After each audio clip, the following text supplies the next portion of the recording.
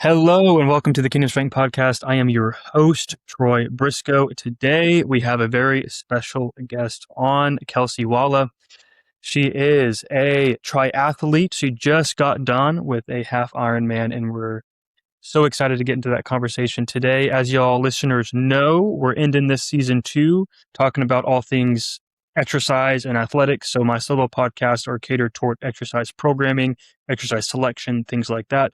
And then the guests I have on are people that are competitors across many different sports. So I'm excited to get into the endurance athlete land today with my discussion with Kelsey. So she is a accountant, but puts in the work with her training, getting ready for events that she's doing. So like I said, just knocked out a half Ironman, and we're going to get into concepts today about training, what her training looked like, what it looks like to balance everything in life with getting ready for an event like that, and then some other things she's got going on in her world. But for now, before we get into the bulk of discussion, Kelsey, take some time, introduce yourself, and let the listeners know who we have on the show today.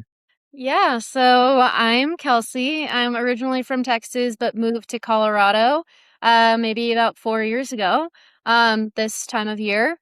And my life has really changed from that move, and it's made me into this very adventurous, spontaneous, and fuck it person. Like, I live by the mantra YOLO because, I mean, I've learned that life is so short and I want to just try it all. And so I'm kind of doing all the things. Right now, I wouldn't say deep because I don't have another triathlon on the books, but I have done many triathlons now. Just did my first half Ironman.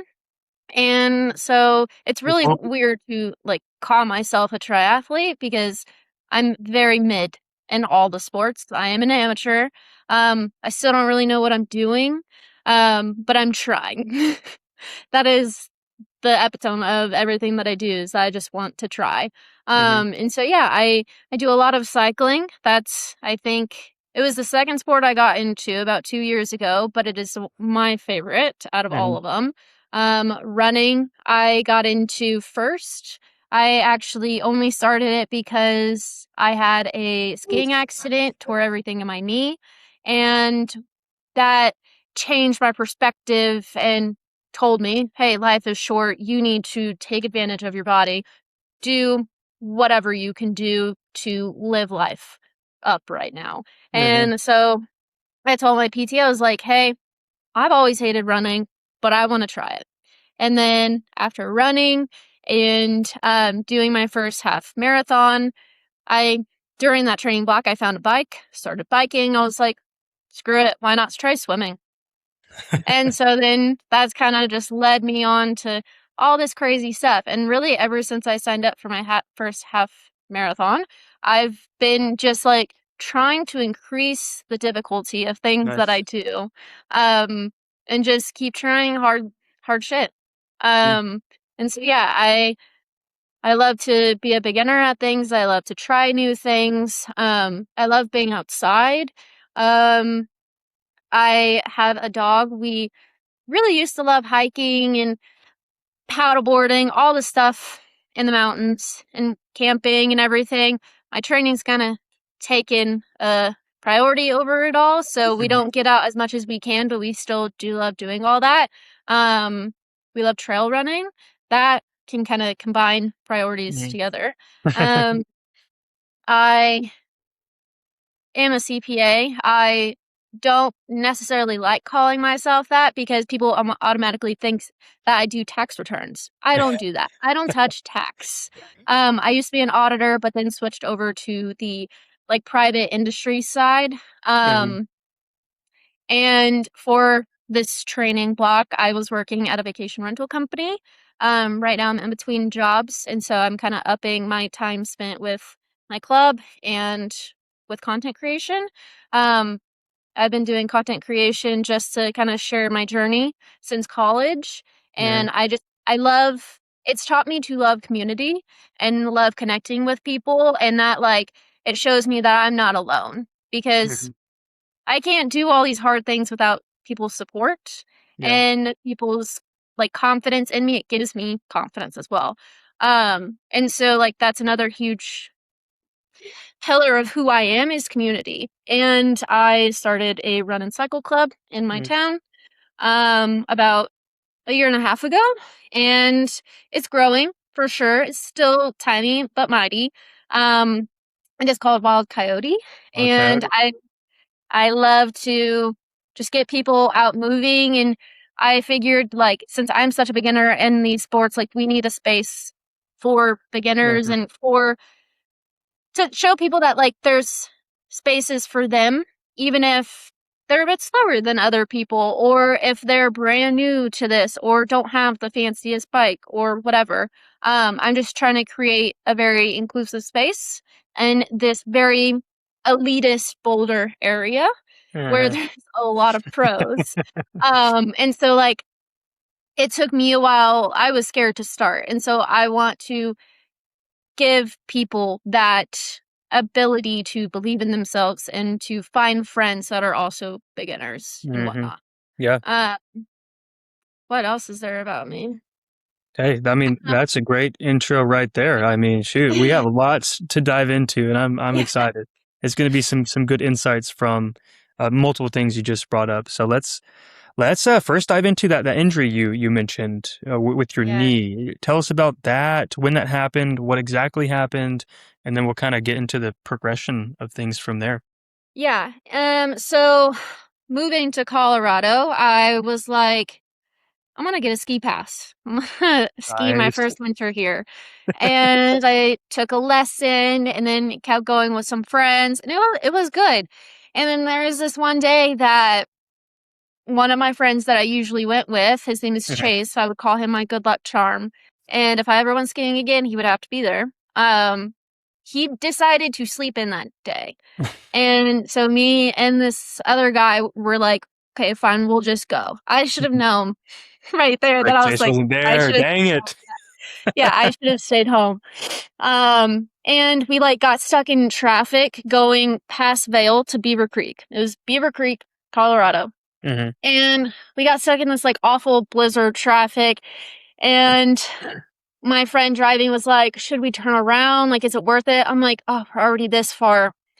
Let's just keep going. That was also a sign that we should have just turned around. I should have listened Yeah. to other people. Um, it is a powder day, which a lot of skiers, snowboarders love powder. This Hmm. was my first powder day. I've been Okay. trying to avoid powder because I knew that I was not confident enough for it. Hmm. And so we get up there, we're on our first run. We're just on a green, something supposed to be easy. Hmm. We're coming down. We like meet up. Me and my friend are like, okay, we're going to that chairlift so we can go hit some other runs. And so right after agreeing to that, I start heading towards that chairlift, and for some reason just start falling. Even though it wasn't that steep, I just started falling downhill, Oh and with the no. powder, my ski caught, and my knee just did not turn how it was supposed to turn, tore Yikes. absolutely everything. That was some of the worst pain I've Yeah, ever been in. I could imagine. Um, I went down my first moguls that day in with the ski patrol. He'll probably never do that Uh-huh. again. Um, but yeah, it was pretty much confirmed like right away that I tore a few things. Mhm. And I like with talking with my parents and stuff, I was like, when's the fastest that I can fix this? And so we did some rehab, got surgery in after 2 weeks after my accident, Mhm. and kind of went from there. Found out that I tore my ACL, LCL, MCL, and got, I think, 4 stitches on my meniscus. Yeah. So Yeah. that was a bit rough. That was the worst injury I've ever dealt with. What I Mhm. did growing up was just dancing with some like joint pain, but nothing Mhm. crazy. Yeah. Um, I did like agriculture stuff. You can't get hurt in that. Um, and like no other sports besides like volleyball growing up, but I also did not get hurt in that. Mm. So yeah, this was the worst pain and injury I've ever had to deal with, and it was Yeah. very isolating because I was not even a year into being in Colorado. Mhm. I didn't have a lot of support around me. Thankfully, I did have people that showed up for me, and like my Mhm. parents were a big help during this time Yeah. being with me for so many weeks. But it was very isolating, and like especially in the first 2 weeks, I was just on bed rest, couldn't walk, and was like looking outside at people walking their dogs and like running, and was just Yeah, like, just longingly looking out the yep. window. Yeah. Yeah, and I was like, damn, I wish that was me. And like in my mind, I was like, I wish I could be running right now. And like that's weird to say because I don't even like running. I never want to run. And Mhm. like I grew up thinking I couldn't run because it was super hard and hurt my lungs, all that stuff. And Yeah, like I yeah. always got shin splints and was just like, yeah, running's not for me. Why would I ever try it? But then Mhm. not being able to walk was like, well shit, why didn't I try all those Yeah, things? for real. Why Don't wanna take it for why granted. yeah, and so then, yeah, I worked with a PT, tried to I think I could have done better at my rehab. Yeah. Well, what Um, does rehab look like by chance? A lot of people, like I mentioned, that listen to this show are kinda in the clinical bubble, so yeah. if you'd like to shed light on just kinda what that looked like for you. Well, I went to a PT Mhm. for, God, I don't know, a year and a half Mhm. after, um, about once a week, then to, like, biweekly appointments. I loved my PT. It was down in Lakewood, Colorado, and I loved her. She was also, like, my therapist, and so, like, we shared a lot of things Yep, that together. tends to be how it goes sometimes, yeah. Yeah. And it was just, like, she challenged me and, like, there was some really bad days too where I just, like, I felt like I went back in my progress, but, like, her support and her belief in me that I was going to get better made me feel better. Mhm. Um, there's really no other way I can put that. Yeah. But yeah, I did a lot of stretches. At first was of course like trying to gain that flexibility back Mhm. Getting that and range of motion, bring yeah. my yeah, that range of motion in and like that was like I had flexibility as I was younger, so like that was Mhm. pretty easy for me. Um but the next thing was, like, gaining a lot of, like, single leg strength, and that was something I've never really worked on, and, like, doing single leg jumps and different stuff like that. That was kind of the majority of things. After doing, like, single leg strength and then trying to jump again and then single leg jumps, it was all kind of drawn out over that, like, year and a half. Mhm. Um, and then, yeah, once we did a strength test to see, like, how close my r injured leg was to my Mhm. normal leg. Yeah, Uh, gotcha. it was, like, what, between, like, 80-90% or something that is I don't know. Mhm. It's been so long since I've been at the PT, but You're good. once it passed that strength test, she was like, "Okay, let's try running." And then we got into running, and then as I kinda dipped off into that, I kinda just did a lot of PT stuff on my own, and I kinda still do a lot of those PT exercises, with all the training I do now because it's injury prevention, Mhm. and, yeah, so that was kind of the transition of Mhm. from 'cause that happened in March 2023, and then, s summer 2024 is Gotcha. about when I But yeah? Now I'm trying to think. What my first half maybe it was almost 2 years, because my first half marathon was just last year. And okay, no, I took like a year to start running. I okay. started testing running back in like early 2024. Ran my Mhm. first 5K, and then did my first 10K that fall, and then it was February of 2025, I was like, "I wanna sign up for a half marathon, I can do it." And then, Gotcha. yeah, that's Yeah, how it and kinda just, like, just kept getting hungry for developed. more. So that was Yeah, the impetus to you wanting to start running was like, "Hey, I don't yeah, wanna take my knee for granted, my health for granted. Let's move this body that God has given me to, to actually do things that I hadn't tried before. So I love Exactly. the eagerness to want to do more and push your body to. I I try to do the same in my training and different things, and I think that is encouraging to hear. Now, Yeah. when it comes to the progression, I know you said it started with running, doing some biking and swimming. How has each milestone, if you will, that you went through for training and doing competitions, how has that kind of made you more hungry to continue to do more? Well, it's made me feel like I'm unstoppable. Mhm, And I actually was reflecting on this the last couple days because I was gonna do like a recap of how I'm feeling after this half Ironman, and mhm. like doing hard things makes me feel like all my other problems are so tiny because I'm reminded that like, oh shit, I thought I couldn't do this, but then I did it. And like, why would I doubt myself in Mhm, anything else? And it's just like me proving to myself that like I can actually do it physically and mentally. I can do whatever I set my mind to. mhm, And I don't know. It's just a push to myself that I can do the impossible. And like, there's so many things that go into that. And like, we can dive into that. But like, yeah, when I keep chasing things so I don't feel like I can't, mhm, if that makes sense. Like, mhm. I wanna stop doubting myself, I want to believe that I can, so I'm trying. Yeah.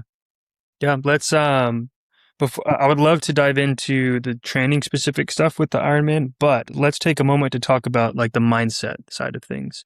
What on a regular basis are you reminding yourself, telling yourself, like do you have any strategies that you lean into when you might be in a situation where you're doubting yourself or maybe feeling like you don't want to train that day or tired or something like that? Yeah, and, this is, like, the big reason. I don't know if you saw on my Instagram, like, recently, but for this half Ironman, I wrote down my whys, and then I Mhm. framed it, and that's actually what's missing right there because Oh I yeah. need to reframe my bib. Mhm. But I wrote down some whys, and, like, that carried me through, and the biggest story of it all is that I wanna celebrate my body and what it can do. I want to see what I'm capable of and not doubt myself. I don't wanna take advantage of my short life. We all have very short lives. And so, yeah, I want to just appreciate what I've been given Mhm. and see what I'm capable of. Yeah. Um, and then, like, another thing too is that I for myself, I know that I'm a perfectionist, and that's been really hard getting into this space and not being fast.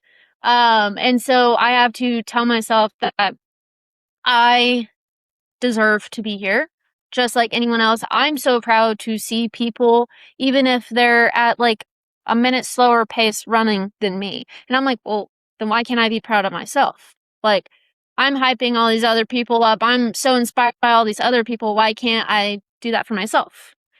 Because I thought I couldn't do it once. I Mhm. literally struggled to run a mile. I never thought I could swim. And so like why would I not be proud of what I'm doing? Proud of where I've gotten or just like proud of myself for trying because like so many people if I take myself away from social media and everything that I see because my algorithm is triathletes and a lot of times pros. If I take myself away from all of that, I'm like, "Oh shit, this is very crazy what I do." The average Joe doesn't do it. I Mhm. need to be proud of that. Yeah. And it is like reflecting on it, it is something to like be really proud of. So that's another thing I think about is like, this is a crazy, awesome, Yeah. badass thing that I'm Definitely. doing. And so that does keep pushing me too. Um, and then another thing that like in this training blocks helped me and like in my first half marathon was I need help with accountability sometimes. And I'm a people pleaser. So for one, I tell people on social media that I'm doing something, and so then I have to do it. Mhm. 2, I got a coach to help me stay accountable Mhm. because, like, if I'm making her proud, that makes me happy. I Yeah. like making other people happy, and so, like, I knew that I would do a better job at staying disciplined and everything if I Mhm. got a coach, and she Yeah, did all my accountability goes workouts. a long way. Yeah. Yeah, so for this most recent half Ironman, that's when you got the coach? Yeah, I Okay. had a coach for my first half marathon since I've never, like, done a race or anything Yeah. before, and then I, like, trained for my other half marathons and then my first triathlon, by myself, but then realized that, like, I didn't think I was doing enough. If I, like, Mhm. wanted to take off a day, I just did because why not? And so I knew that, like, if I wanted to cross the finish line of this half Gotcha. Ironman, that I needed help, and so, yeah, I reached out to a local team in Boulder and got coached with Allie, who is going to, I think, coach me for my next couple races. Solid, Um, solid. I really loved having her, and we started training together in December of last year, and so we've gone through a couple races together. Um, and yeah, it's been really nice. Yeah. No, that's awesome. And, yeah, I think that's a good transition into your training for the half Ironman. What did that look like? How long was the process? What'd you do on the daily basis? How did it look like from start to finish up to the actual event? So give the listeners some insight as to what it looked like day in, day out for you. Yeah. So I'll preface this with saying that I did it a little bit crazy. I was worried that I wasn't going to swim and like Okay, finish the cutoff for the swim portion. gotcha. And so I gave myself ample time. Mhm, A lot of people don't do this. Even as beginners, they'll do 5, 6 months of training. I did a little over 8, okay. which is a long time to be Mhm, in a training block. But it got broken out since I did so many races during that training. mhm, And so to me, it was very broken out and it just felt like my daily routine. mhm. And it felt really weird not being in that training anymore because I'm like, what do I do with my time? I don't know. Yeah, yeah, Um, but yeah. so yeah, we started training December 1st of last year and did 33 weeks together, me and my coach, to make it to Ironman 70.3 Oregon. And I chose that race back in September because it was a very beginner friendly, fast course because the swim is so fast. It's a downriver swim and it cut my time in half. And so like I knew swimming being my weakest sport, only Right. being like 2, 3 months into learning how to swim myself last summer, I was like, "We gotta pick an easier Mhm. course for this."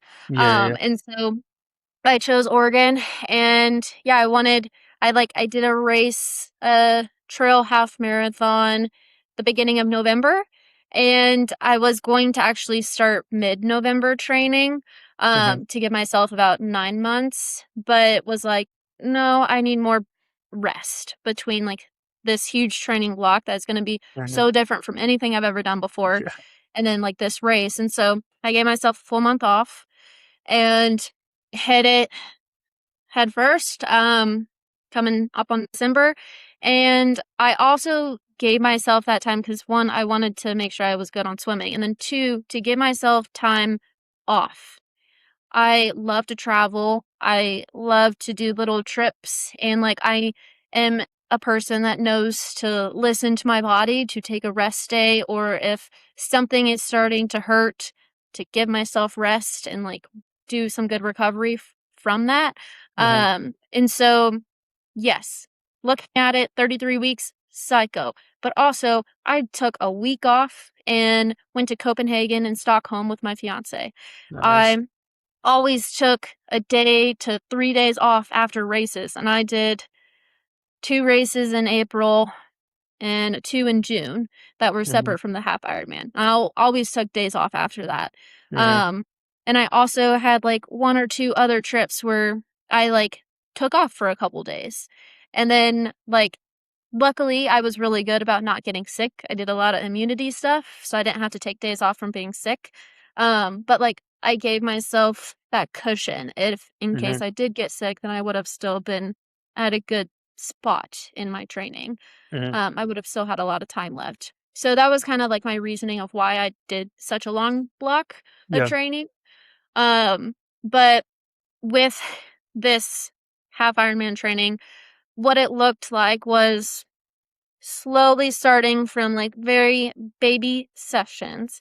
And then, like, if you saw my whole like training graph, it just slowly rose over and over of like the training load that my body was under and like distance, volume, all that.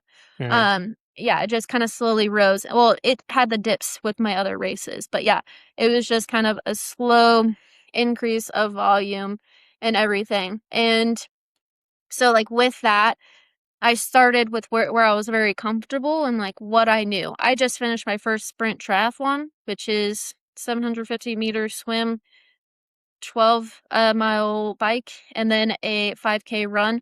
A lot of times, depending on the race, those distances are a little bit different for the bike and the swim, but that's kind of average what it is. But Mm-hmm.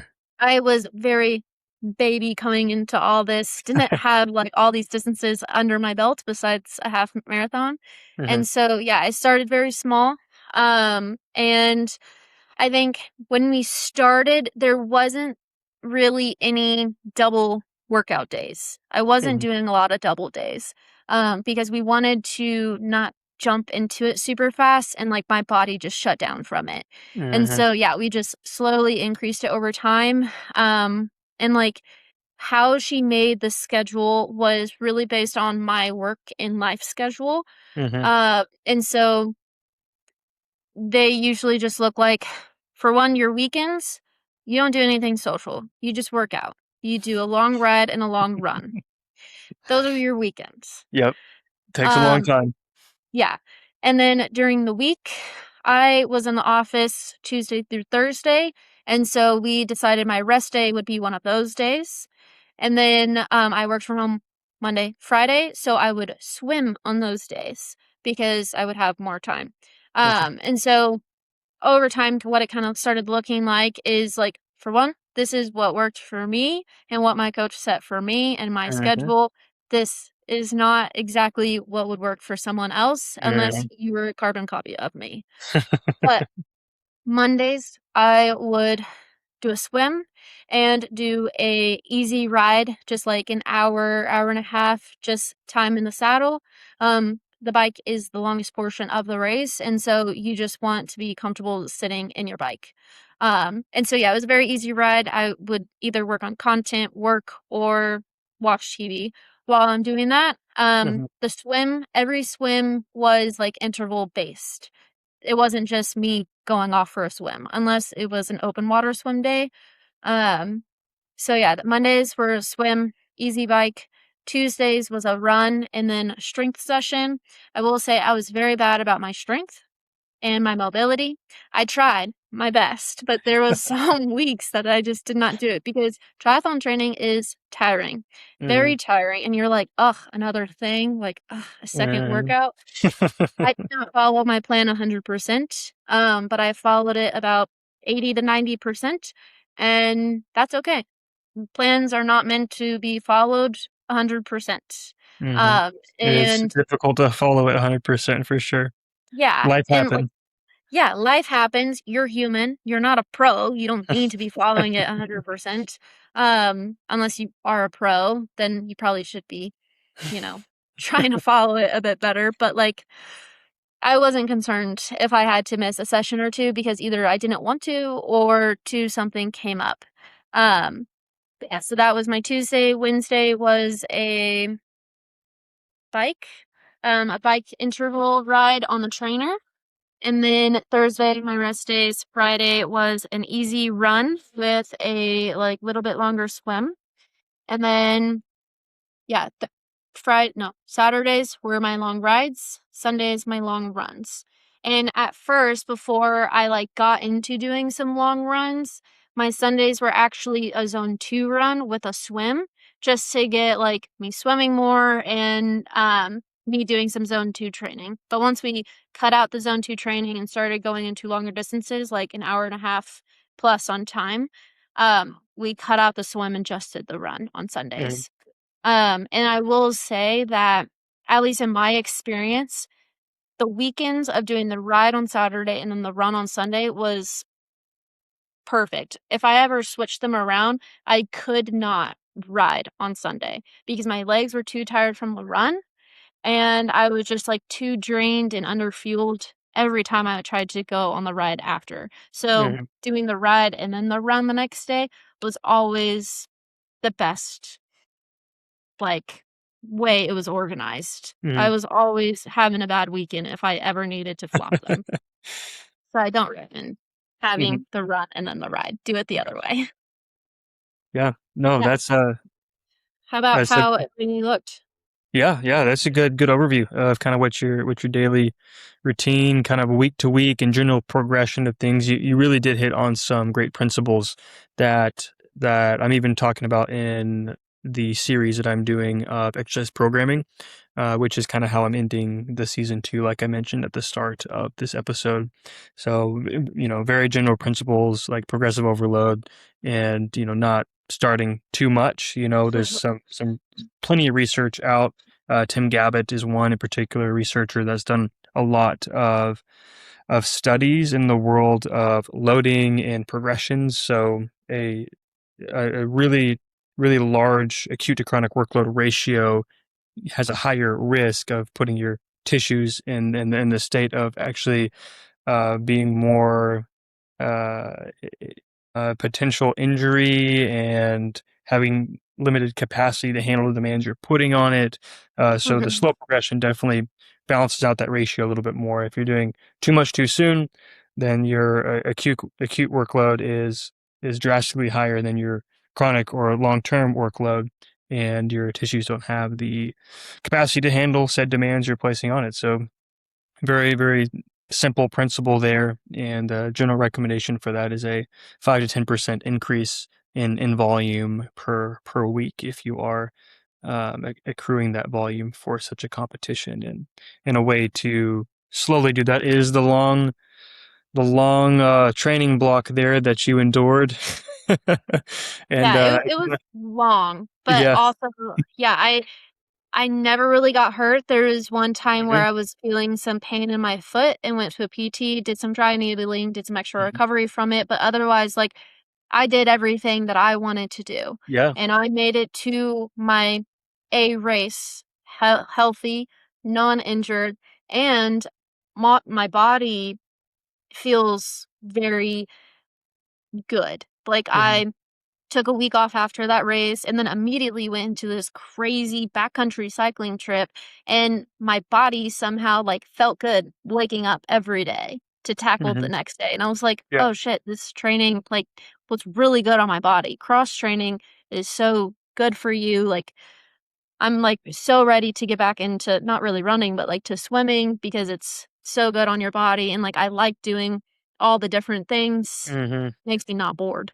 But yeah, it's the best way to go, and I definitely think, like, my coach did a wonderful job at doing that progressive overload over that mhm, period of time. I mhm. felt a little bit crazy with it, but my body, I think, is thanking me for sure. Yeah, no, it sounds like it was best way to go about it, especially for you. I like your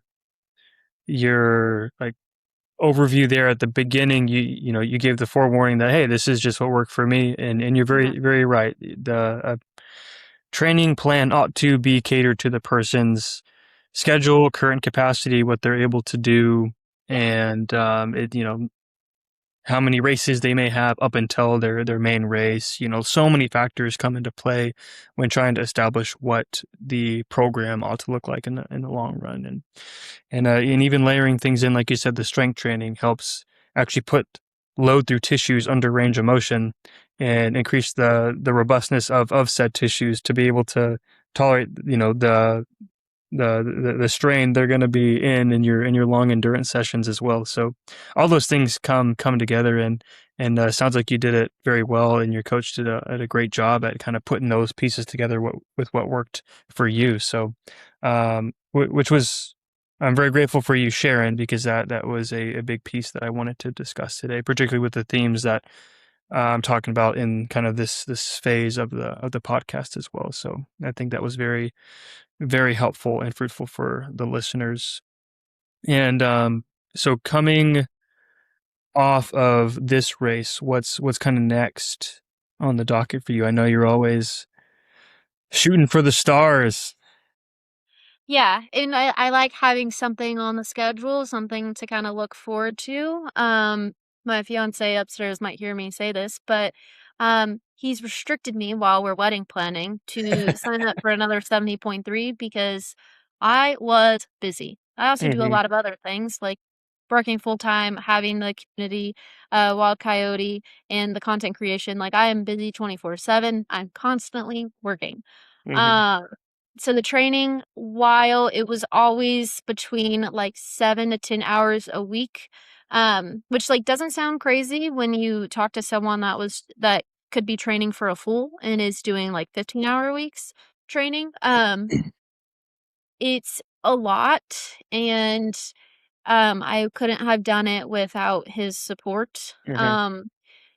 But like for my own mental sanity, he knows that I could not try to plan a wedding, try to work, try to do content creation, try to run my club and like put on events all the time and do another training block like this. It Hmm. would be very, very stressful and give me a lot of anxiety. So until after the wedding, I cannot do another 70.3 or think about a full. So I'm right now, I'm allowed to train for another half marathon, other, like, smaller running races, and he's allowed me for I say allowed, he does not, like, stop me from doing whatever I want, but, like, he has my best interest in hand, Yeah, he's yeah, not yeah. controlling. Um, The accountability piece, like we talked about earlier. yeah, um, I can do a marathon, which that's crazy, running 26 plus miles, insane, but unfortunately, I wanna do a full Ironman. So, I'm like, I probably should do a marathon Hmm. just by itself, try it Hmm. out. Even though I've learned that I'd rather run a half marathon after biking than just do a half marathon by itself. It's better on your body. Your body's just so warmed up already Yeah. that, like, it feels better. I don't know, just running races by themselves are kinda like, "Meh," to Hmm. me And now. it's like the exact same thing for much, much longer. You know, Yeah. a lot of load on single leg for Yeah. double the time. So Yeah. it's a But, lot on the yeah, body for so sure. I'm gonna do a trail race this fall. Uh-huh. It's a 3-day event with vacation races. It's called Trail Fest. Okay. That will be the longest I've ever run at that point. I think one of the days gets up to like 18 miles. I've never run over a half marathon. So that'll be the next big thing. And then Okay. I think in the fall or the spring, I'm going to sign up for a marathon. Solid. And that's gonna be a little bit crazy. That one I'm really afraid of. Um, but yeah, we'll do that. I'm thinking about one that's in March. Um, has not been confirmed yet, but will be Okay. confirmed soon. Cool. Um, Over in your our area. wedding, huh? Over in your area, in the Boulder area. No. I like traveling for races, even though Yes. it makes logistics very hard.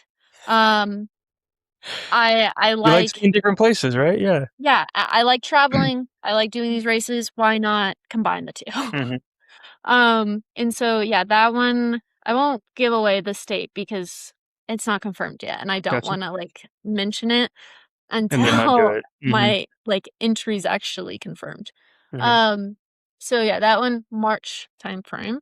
Our wedding's in July, and then I might look at doing a 70.3 in the, like, winter of next year, so I can start training for it once the wedding ends. Hmm. Um and then I think my goal is a full Ironman in 2028.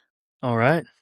which, like, I always thought, "Oh, no, I couldn't do that." But then while I was racing the 70.3, given I was doing an easier course, but while I was doing the run, I was like, I just had to, like, just keep moving for Mhm. just an extra couple hours, like, I'm not trying to race. Mhm. Like, so many people that I was running next to, we were all running, walk, run, walk the whole half marathon, Mhm. and many of them were Ironman.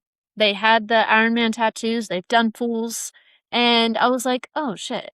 Yeah. If they can do this, then I can do this." Exactly. Like, You're hanging right with them. yeah. So, yeah, it made me feel very capable and that, like, it's not actually such a crazy idea, which, yes, it is, but I don't know, I feel very inspired and empowered after that race, Mhm. and, I don't know if there's a full Ironman that has a downriver swim. I'm actually gonna have to learn how to swim for the full 2.4 miles, but, Mhm. um, yeah, no, I feel, like, more excited about it than nervous, and I'm not really feeling that I can't do it because I've proved to myself that, like, I can do all these hard things, and so it's just, like, that's gonna be psycho for me to do, but, like, I know I can do it. I love it. I love it. Yeah. Pushing yourself, seeing the capacity that your body has, and continuing to get better. I mean, not only does that sharpen your body physically, but your mind as well. Mhm. And I know you said the marathon's almost the next scary thing. So once you get that under your belt, I think that'll just continue to keep the ball rolling with your confidence and your ability to, you know, to do these things that you're setting your mind to.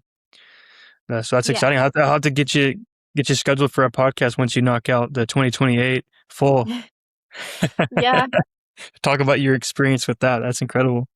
Yeah, I've never done a Ironman to any variety. I've done marathons and half marathons, things like that. But maybe I think you're convincing me slowly that hey, maybe I ought to try it out. They're so they're they're so cool just because, like, you meet some really cool people and, like, yes, there's some really hardcore people that are, like, trying to race it and win it, and Hmm. then there's just these other people that you meet that are just, like, I don't know, just so empowering. They like, a lot of older people that do it because, like, your prime age actually isn't until you're older. Like, I'm not even in my prime of being a triathlete yet. I'm still young for it. But, like, there's so many of this, like, older generation that's, like, having a great time. They're not going fast, but they're enjoying themselves, and they're just, like, I don't know, it's just so empowering to see. And, like, there was this one guy or these couple guys that were in front of me waiting for the swim for us to, like, get in the water for the 70.3, and he was just like, "Yeah, I wanted my dad to do this with me, and so now we do it together." And the dad's 60, 65, around Wow, that range, and he's like, "Yeah, this is just, like, what I do," and I'm like, that's "That's amazing. so cool." And it's Goals just right like, there. yeah, like, seeing people from so many different backgrounds Hmm. and, like, some people coming from swimming or some people just coming from running, some people coming from nothing, like, I don't know, it's just it's a big community thing, and, like, everyone starts from nothing, and so, like, Hmm. even if someone is, like, really good racing it, they are very inspiring because, like, they just worked super hard to get where they are. Some people are very naturally gifted as well, but, like, Hmm. everyone's just, like, trying, giving it their all, and having a blast. Um, and it, like, if you have ADHD or you just get bored running multiple times a week, breaking it up with swimming and biking Hmm. definitely, like, makes the week go by, and it, like, makes it fun. Yeah, Um, it's really I don't know, I like cross training like that. I think that's kind of, like, why I like the race so much. Because of course, like, I could be swimming, biking, running without racing, but I really like the training part of it and just, like, being able to do something different every day. yeah. Um, that is really, really nice. But yeah, Keeps things I don't fun. know, people are so cool. I don't know. I recommend it. And being a beginner is so fun. It's scary, but it's empowering. Trying Hmm. to like learn something brand new as an adult. It's awesome. Yeah. No, I love that. I'm inspired for real. I think I might do one.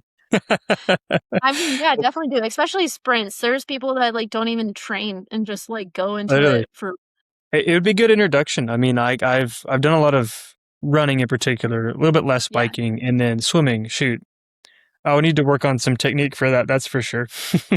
I mean, like I literally haven't done any of these swims. So I've done 2 sprints, 1 Olympic, and 1 half Ironman. I haven't done any of them freestyling the whole way. Hmm. Okay. And, like, Send it you up. don't need that. You just need Yes. to know, like, how to stay afloat and move yourself a little bit. Yeah, exactly. Um, so, like, I came in very scared of triathlons because I was like, "I can't swim." I just started learning how to teach myself, like, a year Hmm. ago. And so, like, yeah, that was my biggest fear, but then, like, seeing what everyone else does, even in this, like, half Ironman, because I was like, "Oh, I have to freestyle this whole thing." Like, I don't know if I can go that long, but there was multiple times I slowed myself down actually during the Hmm. swim because I was just trying to take it all in, and, like, every time I, like, would lift up my head, I would see people just, like, doggy paddling, I would see people just kinda, like, hanging out, they weren't all doing freestyle, and so I was like, "Just chill." Like, you don't have to, like, hold a certain speed, you don't have to hold a certain pace, whatever, like, Hmm. there's people that are just, like, having fun with it. Yeah. Let's get out there, move your body, try your best. I love it. Yeah, exactly, just move your body, do cool stuff. Hmm. Heck yeah. Yeah, no, I'm gonna do it. I'm gonna let you know when I get it on the There's books. some good ones in Yeah, Texas too. I can imagine. So we'll move on. So I want to hit the run club and then a little bit about your social media and content creation. Before we do that, before we officially transition out of the training side of things, I want to hear the biggest thing that you learned through your process of training for the half Ironman.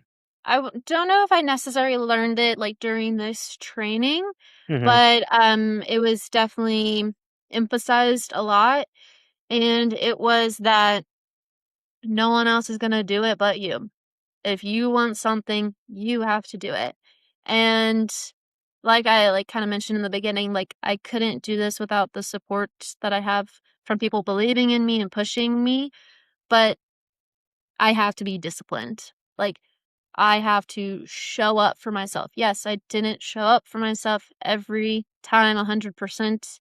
There were some workouts I skipped, but like overall, no one's gonna do this training but me. My coach can't do it. My fiance can't do it. Like, I'm the one showing up at the start line. I'm the one that wants to cross the finish line.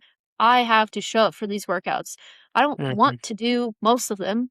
I don't know if, like, I think out of maybe all of my workouts, can't even count how many workouts it was, but like for all of them, it was probably over 50% that I did not want to do, which is a lot. And so probably pretty close to like 70-75% that I didn't wanna do because you get tired, I'm busy, like, you don't really wanna do it, but, like, Mm-hmm. what I told myself is that no one else can do it but you, Yeah. and, like, you want these things, so work for them. There's Mm-hmm. so many things that I want in this life, and yes, I can ask for help, but at the end of the day, I have to be disciplined with myself and do it. Mm-hmm. I have to put in the time. I have to suck it up, be a big girl, and go to the pool.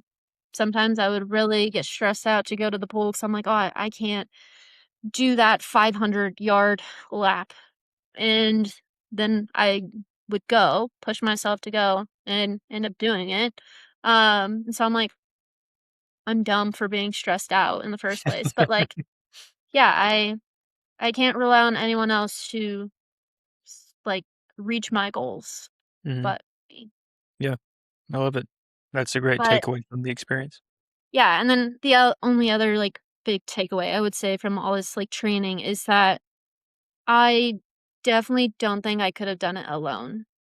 I from the support of my coach, making all the workouts. Like I didn't know what I was doing. I didn't know how I needed to like Mhm. progressive overload on my training. And so like I couldn't have done it without that. But for other people that can't like afford a coach, you can do it. Mhm. There's training plans like online that you can find. Um, they just won't be totally tailored to you. But Mhm. and then like I do this to myself. I make myself so busy with everything that I like put on my schedule, but I'm able to reach all my goals with an amazing partner who like believes in me more than I believe in myself and is like, okay, yeah, like why not try? Why not do that? Like whatever you need, I can help you. I'll show up for you. And so Mhm. like having someone show up for me to help me like relieve my stress that help push me further too, like Mhm. surrounding myself with people that believe in me, support me, and like also having friends that also do this because this training can get so lonely.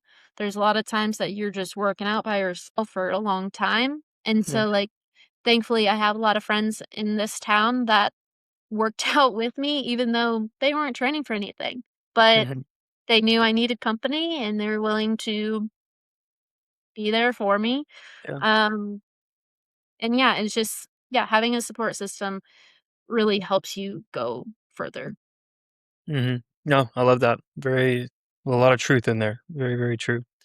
So speaking of the support system and community, especially when it comes to training, tell me about Wild Coyote Club. Yeah, so I am a person that is not totally in love with their career. I started working at the Big Four, um, a Big Four accounting firm when I graduated, and auditing is boring. Accounting is boring, and I feel like I'm such a bubbly person that it doesn't like totally fit me. And what I discovered while working at my first job was that I love putting on events and I love doing fun social things. Mhm. Well, I left that job and was like, I need something. I want to put on events. I need to do something. I don't know if my next job will do that. And that was around the time I was getting into running and biking. And I wanted to create a space where I felt welcome and other people like me felt welcome. Because like in this area, like I said, it's very elitist. There's a lot of pros, a lot of people with like very crazy skill level around the Mhm. Boulder County area. And so I didn't always feel welcome going to certain run clubs or whatever. So I was like, I'll create it. I mean, I'm gonna start from scratch. I kinda just moved to this town a couple months ago from the Denver metro area. We moved more north, and I was like, I don't know, I want friends, I wanna put on events, and these are things that I like, so let's start off with a run club. Heck yeah. And then 2 months into that, I was like, well, riding with friends would be fun, so let's also make it a cycling club and do some group rides. And I wasn't gonna do them very often, and then I had a friend last summer that was like, "Okay, I'll see you next week," when it was supposed to be biweekly, and I was like, "Okay, You're like, I'll all do it right. weekly." And then like, to me, I was like, "Well, yeah, if I do it weekly, that gives people, like, more of a chance to show up if they can't one week, like, with all their scheduling." Mhm. And then, like, I tried to plan it in a way that, like, fit my hybrid schedule because I'm like, oh, if people are in the office, they'll most likely be in the office Tuesday, Thursday. So, like, why not do a run club on Monday? There wasn't anything happening in this town on a Monday night for running. And so I was like, oh, that'll be perfect. People travel or have other plans on the weekend. So, like, there's a lot of things that kind of went into it. But it was me just trying to think of like the most perfect time to just to get people together to move their bodies. Like, I make it very inclusive of like, I don't give a shit about your pace, your skill level, what type of bike you ride, if you want to walk, if you Mhm. just want to do whatever. Bring your kids, bring your dog. Like I don't Yeah. care. Like I want to have this space for you to make friends, for you to be active and like get to see new parts of town because like on the rides, I never do a set route. We're always doing a new route and Mhm. most of the time when there's a new person that joins us, they're like, "Oh, I've never knew this was here." And I was like, "I know, right? Isn't it so cool?" Um, and it's not even that big of a town, but, like, someone's always seeing something new, or even me, like, I'm Mhm. always seeing something new too. Yeah. Um, Such a beautiful and area too. yeah, I love living up here. But, yeah, so it just kinda started off because I love to put on events, Mhm. and I like seeing people enjoy themselves at events, and, like, I always tell people when I, like, talk about Wild Coyote, like, I don't care if you don't wanna be friends with me or, like, you don't necessarily like me, but, like, I still want you to show up because you could meet your best friend here. You could Mhm. meet your next training partner or whatever, Mhm. and I've seen that happen. Like, I've seen people who have met through this, and they That's start, awesome. like, going on weekend rides together constantly, and it just, like, makes me happy that I was the one that gave them that space Mhm. to That's amazing. connect. I Yeah. love it. That's awesome. And remind me the town again, just in case anybody that's listening happens to be in your area. Longmont, Colorado. Longmont, Colorado. And then I will also put the Instagram handle, anything, any information that you give me, Kelsey, to for Yeah. people that are listening to learn more and see what you're doing. So, and then kind of transitioning into social media. I know I mentioned the social media handle there.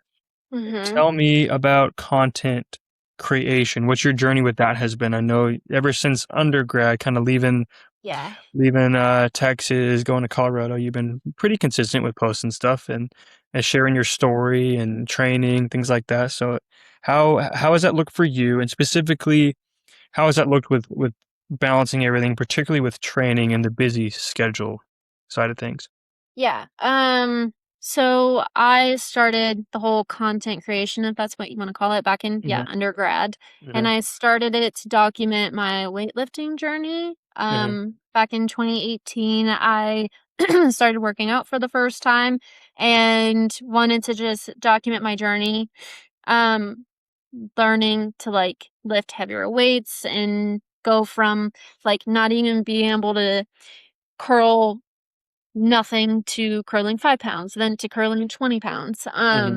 and just, like, little wins throughout my journey through that, um, and yeah, it did really well, because that was pre-COVID, and not everyone was on social media, and so, yeah, it kinda blew up. I really enjoyed just, like, sharing tips and tricks and stuff that I did, but it was all workout, very active, strength based. Hmm. And then I moved after graduation here to Colorado and realized like, oh my God, my life isn't just working out. But in college it kind of was because like all I did was study and work out. Hmm. And then I like moved out here. I was hiking, I was traveling and working full time Hmm. and was like, I can't put out content all the time. And like there's so much more to my life. And so like I kind of stepped away from it, Hmm. didn't really post as much, didn't care to look at it as, like, a business or community thing, I was just kinda, like, posting for fun whenever, but it stressed me out, trying to, like, m make a post every other day or, Hmm. like, trying to find something to post. So, yeah, I had to step away from it and focus on, like, actually enjoying my new life out here and making big girl money. And then I had my accident that next spring and was like, "I can't work out. This account is literally called YOLO Workouts, and that's not my life anymore." And so I did this whole like rebranding over the next year of like me doing rehab. And that's when it became just Walla Kelsey. And I was like, I'm gonna show my life. Every little piece of it, all the things that I enjoy. I want to have fun with this. I don't want to look at it as a job. And so that's kind of what it became. I just started posting trips I went on, the hikes I did, if I was still working out, because like that time I was kind of sharing some like helpful ACL tips Hmm. and like what I was doing as rehab. But it became kind of all encompassing. There was no like strict things I was doing with it. I was just kind of posting for fun. And then so yeah, that was like kind of over the next year. And then February of 2025, um, around the time I like signed up for my first half marathon, I told my fiance, I was like, should I like try to go for this again? Like try to make it something, like try to actually be a content creator and like make it a business. And I don't know, just try to give myself more opportunities. Hmm. And he was like, yeah, why not? And I was like, okay, then you have to help me take pictures and videos and do all this stuff because I can't do that myself. Uh-huh.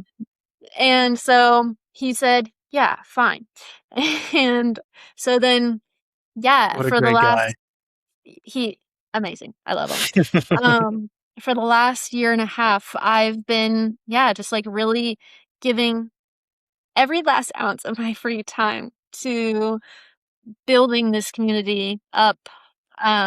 I wasn't starting from ground zero. I was starting from my past of weightlifting, but I wanted it to be very adventurous, spontaneous, and like that was around the time where I was starting to just try new things that I was not comfortable with and that Hmm. I was just like wanting to dip my toes in and like I was coming from no skill level. And so like I think that resonated with a lot of people and seeing that like I was trying all these new things, seeing all these new places while working full time also really resonated with people.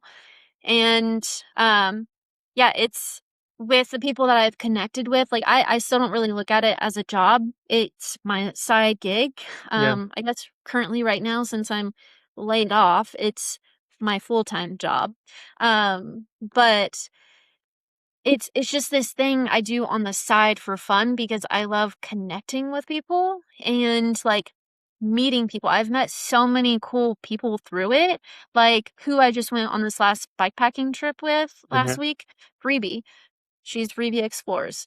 I wouldn't have met her if it wasn't for the opportunities that I got. We met at some photo shoots, and, like, we've put on co-hosted events together and have gone on crazy travels, like, to Idaho to Wow. bikepack. Yeah. And so yeah, it's just of course, like, yeah, I get cool stuff. There's Hmm. been times where I've been paid, but, like, it's not my main source of income. I have a job because I like the stability. Um, I do it on the side because, like, I don't know, it's cool to meet other people like me and to be inspired by other people, and I'm just, like, also just trying to share my story to Hmm. make other people feel empowered and inspired. I wouldn't call myself an influencer, because I don't know if I'm having an influence on people, but I want to inspire people to live their life Good. and try things that they never thought they could try and to be spontaneous and not have to just work all the time. Hmm. No, I love it. And in doing so, I would say you are an influencer in that regard. And Well, again, thank it doesn't have to be a crazy, crazy following, but you certainly are inspiring people, empowering people. I mean, you're encouraging me to sign up for an Ironman to some form or fashion. Probably a sprint to get going, but yeah, no, yeah. I personally love your content, and I appreciate the work you put into it. As someone who also tries to put out content and be diligent in that and consistent in that, it's tough. It really is. So I'm It, proud of you for doing so. I think it's awesome. thank you. Yeah, it takes a lot of time, a lot of work, just constantly thinking because, like, I'm a man show. I guess, yeah, I have my fiance, but like, Hmm.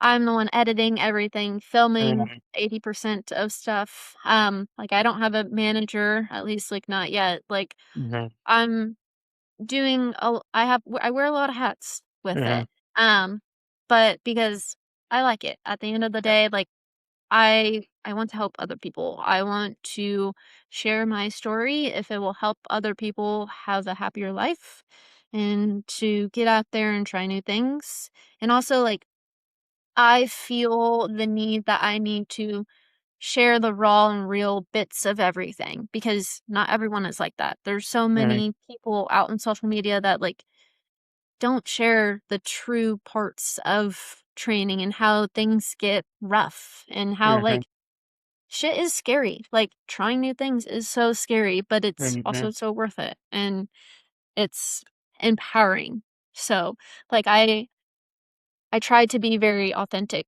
with it all. I don't lie about anything. I post everything truly how it is and I say what I'm feeling and yeah. I love it. No, I'm encouraged. I love what you're doing, what you're building, and how you're encouraging and motivating people. So keep doing it. Keep doing it. Mhm. So before we wrap up, we've coming up on the end of our time today. I always give the opportunity for my guest to leave one final parting thought or final takeaway, if you will, that you would want to leave the listeners with to end out the episode. Um if I had to say one thing, it would be YOLO. You only live once and life is so short. Your physical ability, mental ability could all be taken away so soon. So, Mm-hmm. like, do the impossible. Do what you, or try something that you thought that you couldn't do. You Mm-hmm. just start very small, work your way up, but try it. It's scary, but it makes you so much better in the long run. It gives you so much confidence to just try anything in life. I definitely feel more like a daredevil than I did 2 years ago. Um, and like, don't be afraid to just put yourself out there with trying the new things and with like just meeting people, connecting with people in your community, um, having friends and everything. It's so worth it. Um, yeah, just put yourself out there, try everything. Life is so short. And also Yeah. like soak in all the small moments. Don't be always wishing for a year from now or whatever. Take in today. Take in this moment while also like trying. Just Mm-hmm. always try. Yeah. I love it. That's a great takeaway. Being present. That's something I remind myself all the dang time.